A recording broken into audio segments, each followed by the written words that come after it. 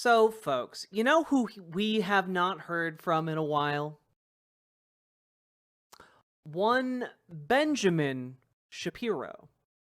And I've had this clip teed up for a while because I thought it'd be funny to go over at some point, and I totally forgot about it. But now we're coming full circle on it, all right? We're coming full circle, and I just think that this is funny as hell. All right? So, this is a clip from 3 weeks ago, put up by PragerU, and it's called one of PragerU's short clips. It is 4.5 minutes long, and it is titled Intersectionality, Disney Writer versus Ben Shapiro. And it is exceedingly funny to title it that when you understand that Ben Shapiro is a failed Hollywood screenwriter and he's really bad at writing, which we know because he released a novel and it's terrible. So, let's see what he has to say. What does the failed screenwriter have to say about Disney writers? Let's find out. Just say that, like, I think white women need to kind of step up their game, to be quite honest. Like, sorry, but I'm calling you out. Like, My game? Yeah, all right. you really do, because, like, there's like I couldn't agree more with everything that these brilliant women are saying. But, like, I'm also seeing the silent killer, which is a lot of white women at the top who are kind of reinforcing a lot of old ideas. They're Like, what? I'm sorry. We got like a full 30 seconds of this that was basically just like white women be bitches sometimes. And white women be perpetuating racism and stereotypes, which absolutely true. Absolutely 100% true. But, like, what are you now the facts? What facts, Ben? No one hates women more than conservatives do. Like, what facts? You also hate women. I'm so curious. If you're now thinking, what the hell are you talking about? You haven't spent much time on a modern college campus. Intersectionality is a form of identity politics in which the value of your opinion depends on how many victim groups you belong to. At the bottom of the totem pole, This is not what intersectionality is or what it means. Like, there's a phrase for what Ben just described here, and it is oppression Olympics. And people have been making fun of that concept for a long time, but that's not what intersectionality means. It just is the recognition that, like, one individual can be oppressed in multiple different ways. That's it. That's all it means.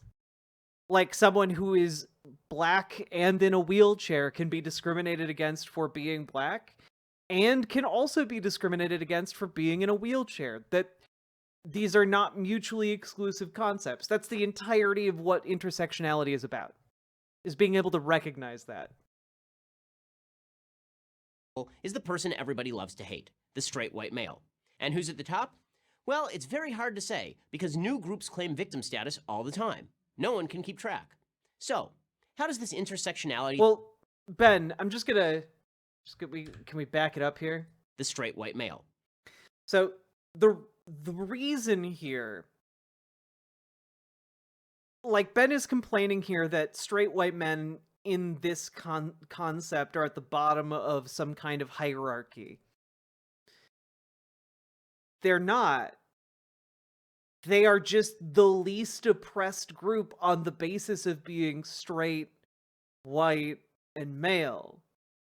Because, and now I don't know if you guys need to know this or are unaware of this, but the majority of the systems in our country were set up by straight, white, men. It's why when our country was founded, for example, Ben Shapiro will talk all day about the greatness of the founding fathers. Notice how they never talk about the greatness of the founding mothers. That's interesting. Probably because the system that the founding fathers set up only allowed straight white men to vote if they owned land. That's the reason in an intersectional understanding of the world, or at least of the world in America, straight white men tend to be understood as less oppressed, is because straight white men set up the majority of the systems we exist under. Does that mean straight white men cannot be oppressed, cannot be discriminated against? No. That's not what that isn't anywhere a tenet of intersectionality.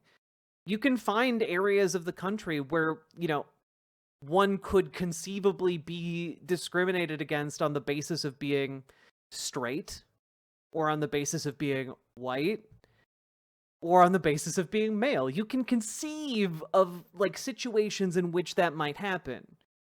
But on a systemic level, do the systems punish someone for being straight or white or male? Not particularly. Now, can you conceive of a place where systems may discriminate against someone for being straight and white and male? Yes. There are other places on the planet where you could potentially go to where a straight white male would be discriminated against. That is possible. That there would be systemic discrimination against straight white men.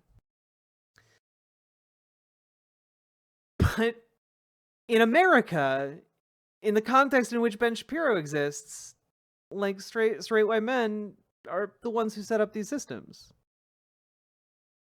And also, in America, the oppression of straight white men is on the basis of other things, like class or religion, for example.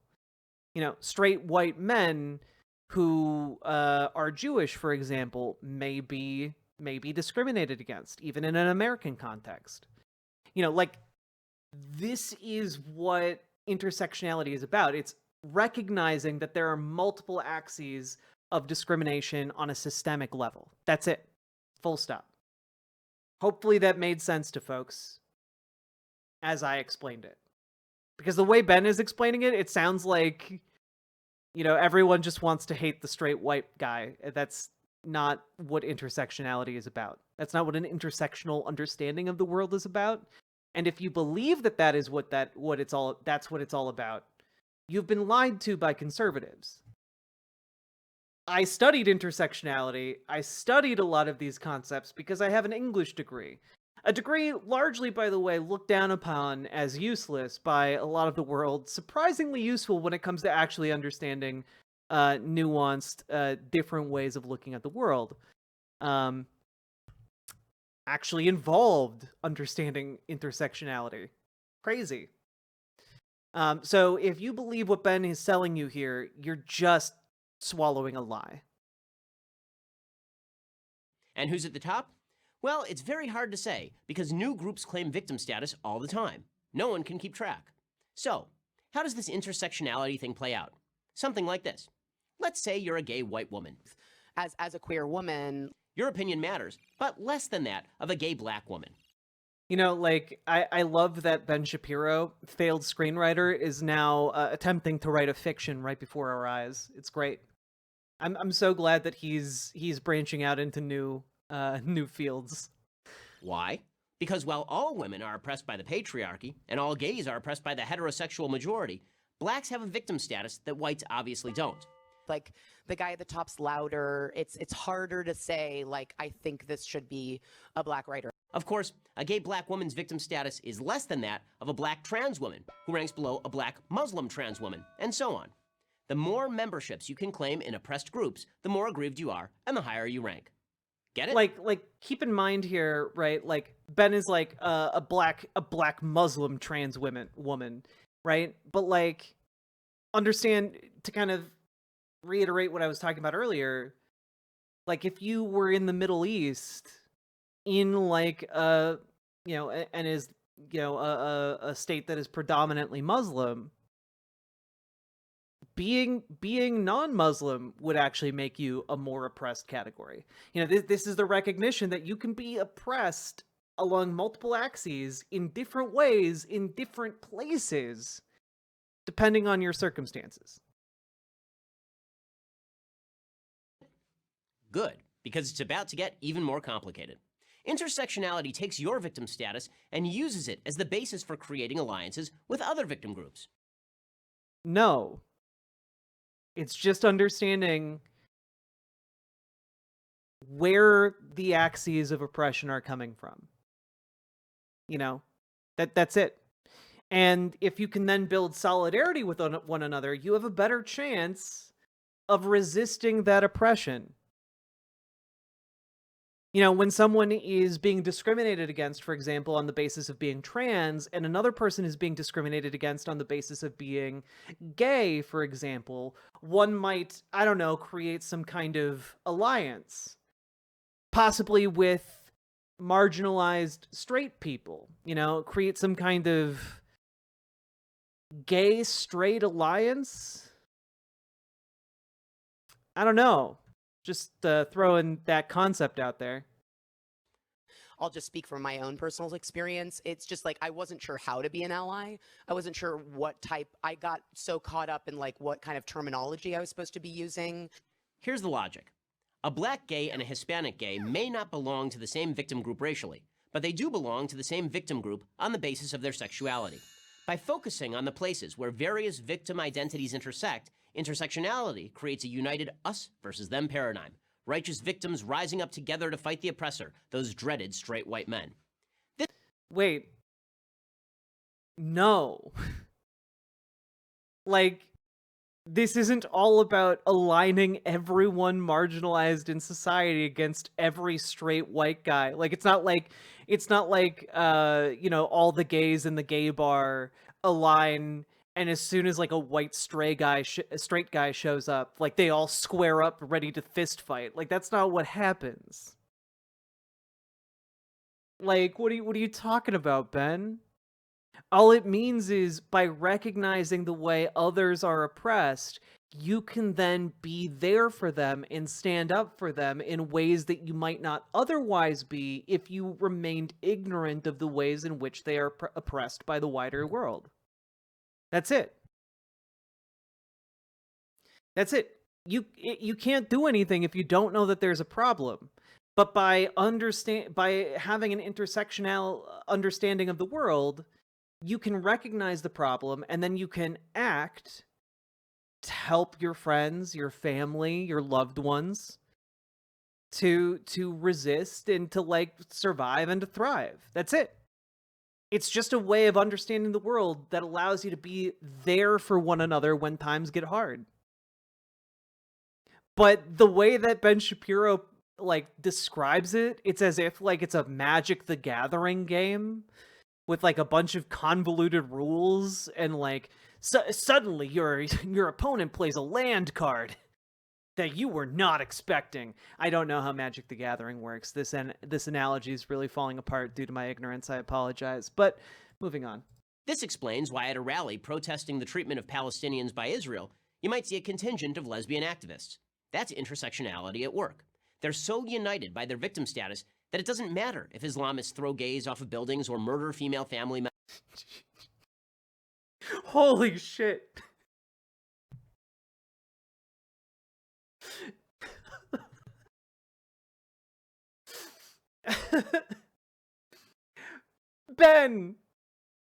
Ben, how is that any different than saying, like, I'm sorry, we need to play that back again.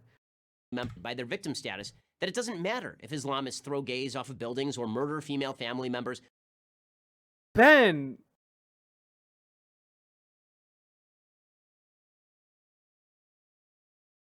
not all Muslim people do that? Quite obviously.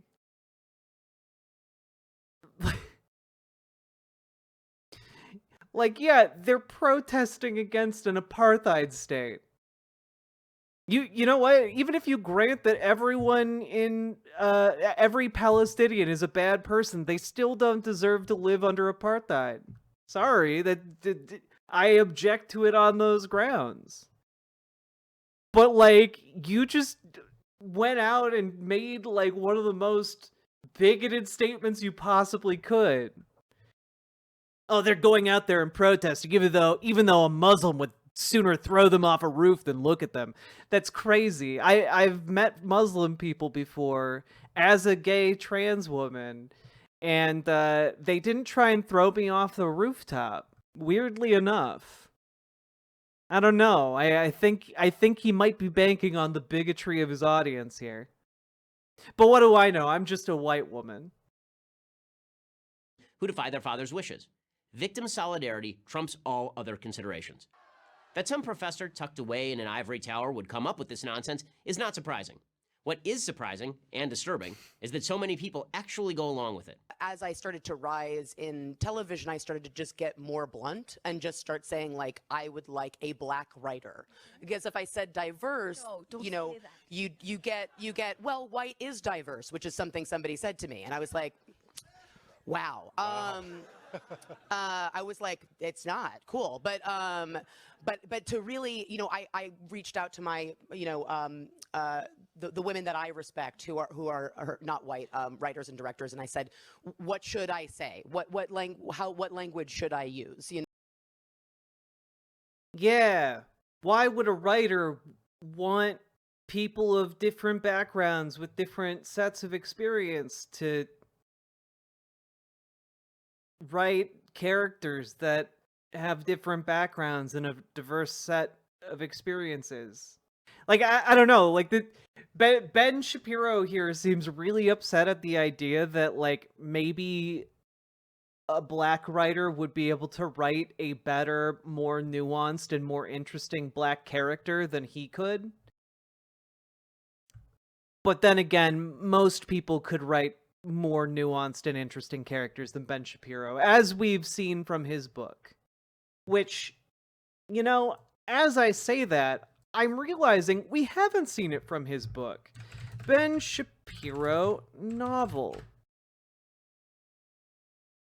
Let's see here. I believe it was the 2016 book True Allegiance. There's a preview here on Google Books. Let's see.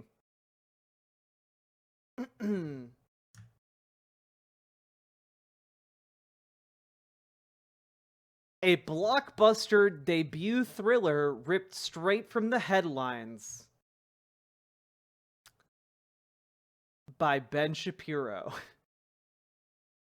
You know, let's take a look. We'll read the prologue together, okay? Shall we?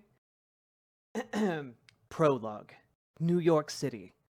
By the time Jennifer Collier hit the George Washington Bridge, it was already almost 9 a.m. rush hour. The bridge had turned into an enormous parking lot. Jennifer looked out at the sea of red lights before her, stretching all the way into New York, and sighed. Okay,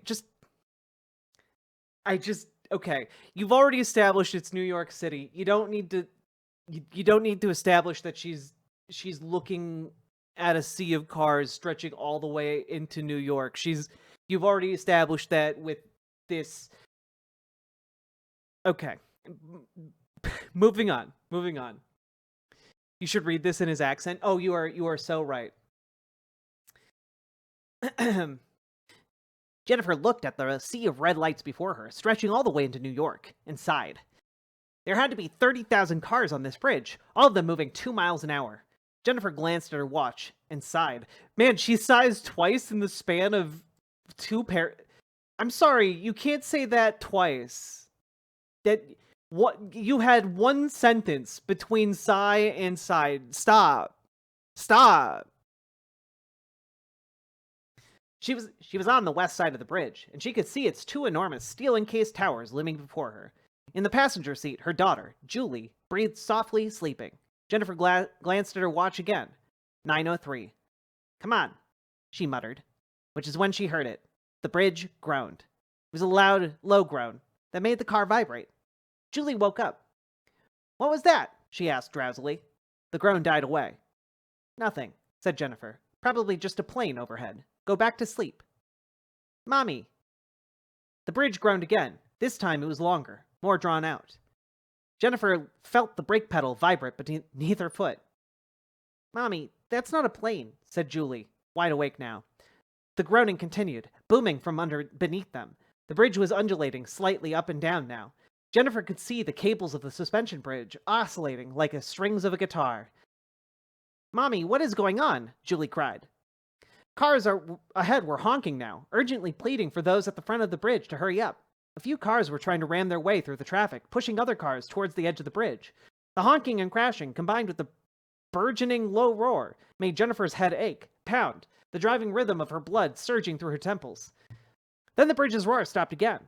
The people ahead of Jennifer kept honking, panicking, trying to get off the bridge.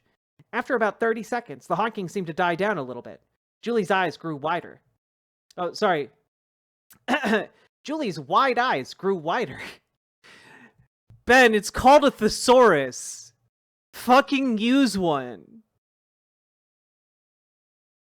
She was staring at a crash on the other side of the divider, the flames leaping from the engine of a smashed Toyota. Jennifer could see a man's arm hanging lifeless out the window. Jennifer reached out and gripped Julie's arm. "It's okay, baby," she whispered, wetting her lips. Then time seemed to stop. The noise of the traffic went silent. Jennifer's eyes opened in horror. The bridge before Jennifer tilted sideways. The 604-foot tower before her began to lean, almost gracefully, to her right.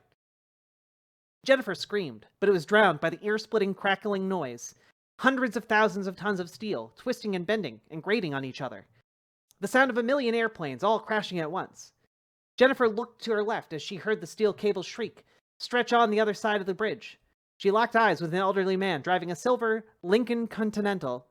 Behind him, she saw one of the enormous metal cables snap, clean, and slither wildly back and forth like a beginning fly fisherman's messy cast. Ah, yes, a very relatable analogy there. God. "Look out," she shouted at the man. He couldn't hear her, but he turned to follow her eyes. The cable ripped through the Lincoln, slicing its occupant in half vertically, a jet stream of red following in its wake, splattering Jennifer's windshield. She opened her mouth to scream and realized that she was already screaming so hard, no sound was emerging. In front of her, the road itself began to tilt. Cars slid horizontally towards the railings, bath-time playthings of an angry god.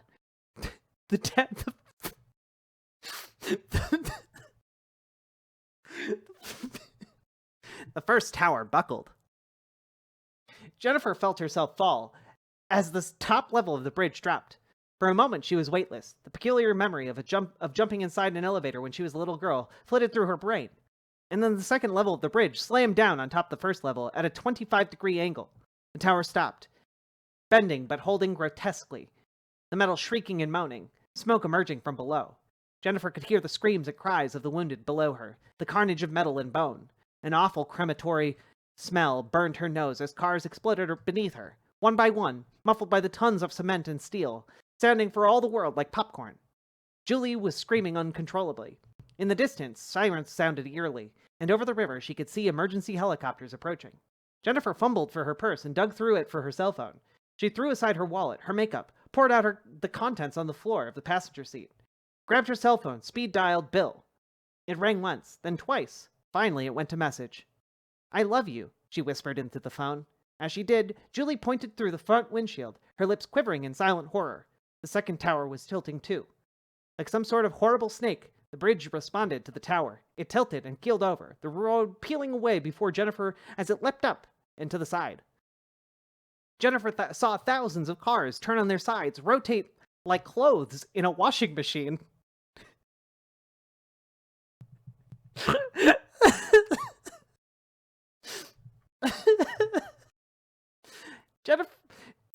Jennifer heard the awful roar. The unnatural screaming of thousands of voices as the stream of red lights before her began to disappear. There was nowhere for her to go. She turned to Julie, her eyes round with terror. She grabbed her hand. "It's all going to be all right," she whispered. Julie nodded slowly. Jennifer clasped her by the face and looked into her eyes. "I promise you," she said. I "It's going can't to be all imagine right." being Bensel Sharpener. Not only do you lose the genetic lottery in your own family to Mara Wilson, cousin, but even your female doppelganger. Suck it, Tanuki. Thank you for the 5 gifted tier 1 subs. "It's going to be all right," she whispered. Julie nodded slowly. Jennifer clasped her by the face and looked into her eyes. "I promise you, it's going to be all right. Now just close your eyes, darling." Julie closed her eyes. Jennifer didn't. She looked into the river below her, saw the disappearing taillights of the thousands of cars descending into the depths of the Hudson. "God," she whispered. "Oh, God." Julie sighed again. So, I think we know why he doesn't have that Hollywood screenwriting position, and I think we know why he's so salty about it. Also, Ben's aware you can, like, get out of a car, right?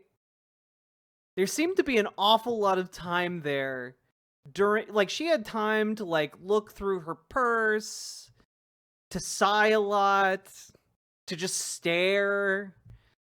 I feel like when you start seeing the bridge collapse, that's the time to, like, get out of your car, grab your child, and then run. Because, like, cars don't take up the entire street. She had time to hit her vape before she got out. Anyway, that's the prologue to Ben Shapiro's True Allegiance. Thrilling work there, Ben.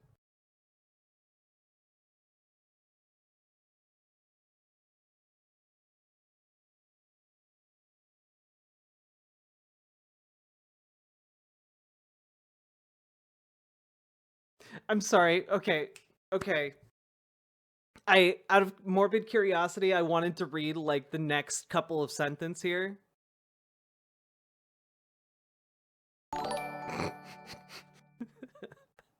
I think you're jealous of Ben's writing skills.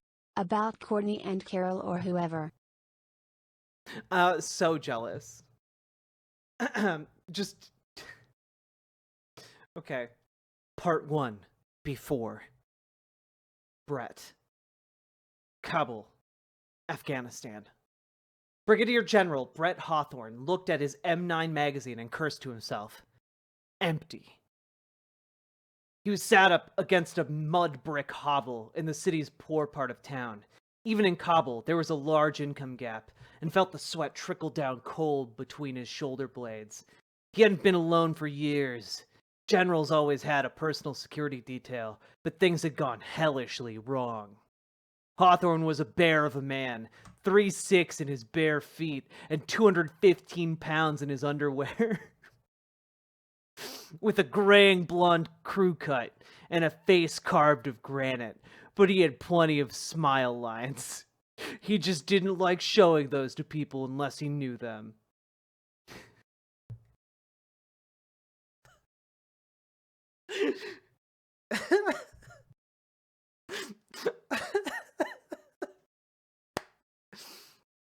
Ben, this is not very straight white male of you. This is not, you're not fulfilling the first part of this, Ben. Anyway, I'm really pleased that we found this. It's also very funny that he criticizes Disney for going woke when the recent remake trend is Disney not watching or misinterpreting the animated films like him. It's true. Disney just cut Disney Pixar just cut a scene, like a transgender scene from one of its ongoing shows. The storyboards for it leaked online. Or the animatics, sorry. Also, Sake Tanuki, thank you for the 5 gifted tier 1 subs. I appreciate you and your support of this channel. Okay. Also, sometime in the future, my pledge to you, chat, is that if we at some subathon in the future,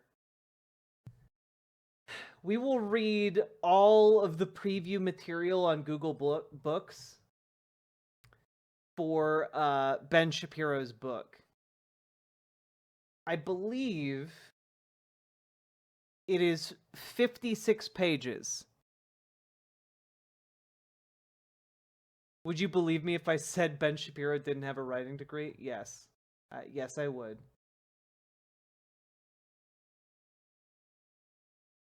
This is incredible stuff.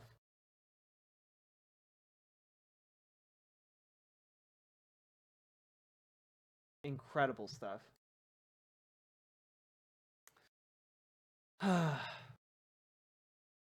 Anyway, let's let Ben finish this. You know, and I think it's worth it if you're in a position of hiring power or green lighting power to like reach out to people that are not like you and say, what can I do to be an ally, and how can I support writers of color and LGBTQ and disabled writers? Like, what can I do? Intersectionality promotes the biggest hoax of all, that we aren't individuals who are to be judged on the basis of how we act, but are merely members of groups to be judged on the basis of our group identity. Wait, but that's not a hoax. That's not how a hoax works. A hoax is like when you like a hoax is when you like create false imprints of like Bigfoot in the mountains of America. Okay, that's a hoax. And then you're like, "Hey everybody, the Bigfoot's here. You totally should buy some merch." That's a hoax. A hoax is not the observation that sometimes people are discriminated not because of their individual status, but rather because of the groups that they are placed in by society. That's like saying black people in America prior to the abolition of slavery weren't being oppressed on the basis of race. They were being oppressed on their individual merit. That's basically Ben Shapiro's argument here, by the way, which obviously is horseshit, like historically speaking.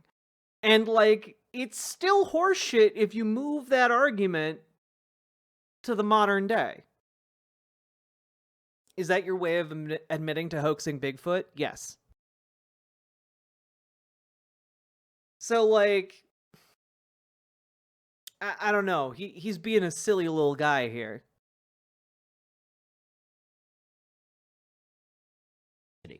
In other words, you and I, as individuals with our unique experiences, thoughts, and ambitions, count for nothing.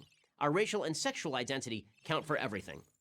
It's hard to imagine an idea less likely to produce a free and equal America. You know, it's very interesting because intersectionality isn't just about race, sex, and gender, sexual orientation, etc. It's not just about those things. It also involves a lot of other things like class or religion.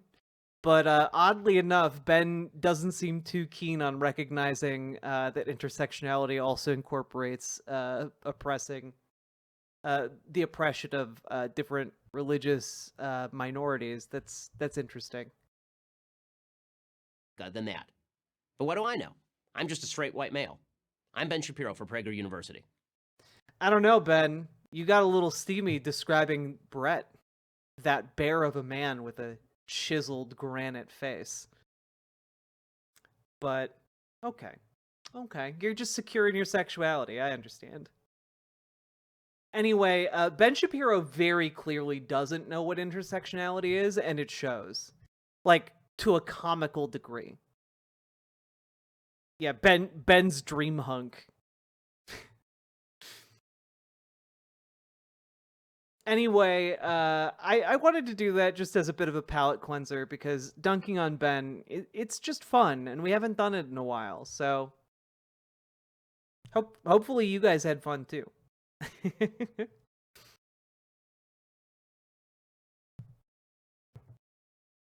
Look at us go, chat. We did 2 whole segments. We may have encountered, multiple hours of technical delays, but you know what? We got 2 seggies done.